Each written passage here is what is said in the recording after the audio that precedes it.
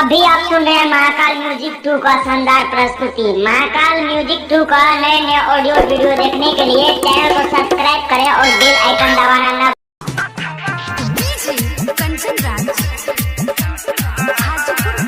अभी आप सुन रहे हैं रुपेश राज का शानदार प्रस्तुति।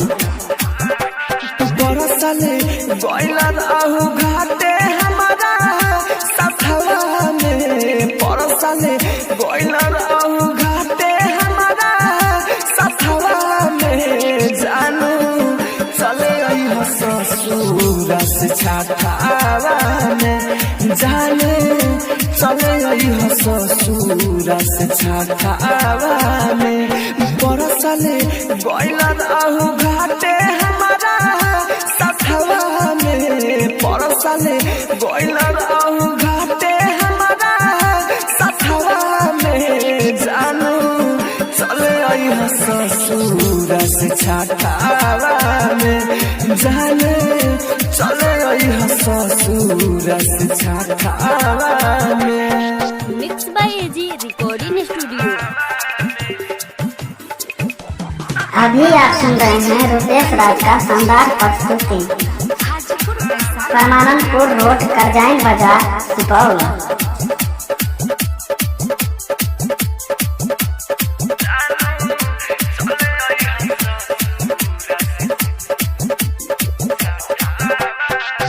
पहर साल समय में हमारा कोसिरा भटले तब काहे दिल पर हमारा छुरी तुम हले। अरे जान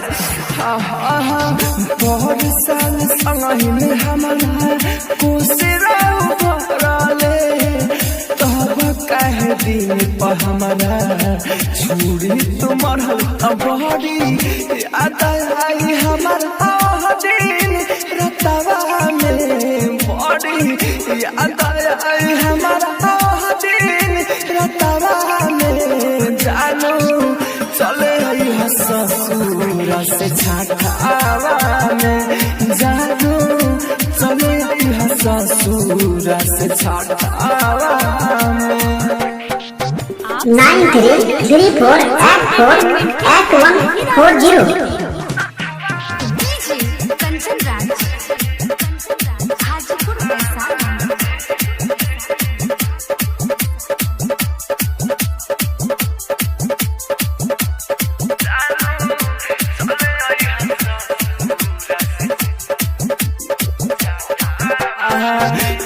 छुरी पड़ा का संग में बदले घाटे कैसे मना लगिया केले रहबा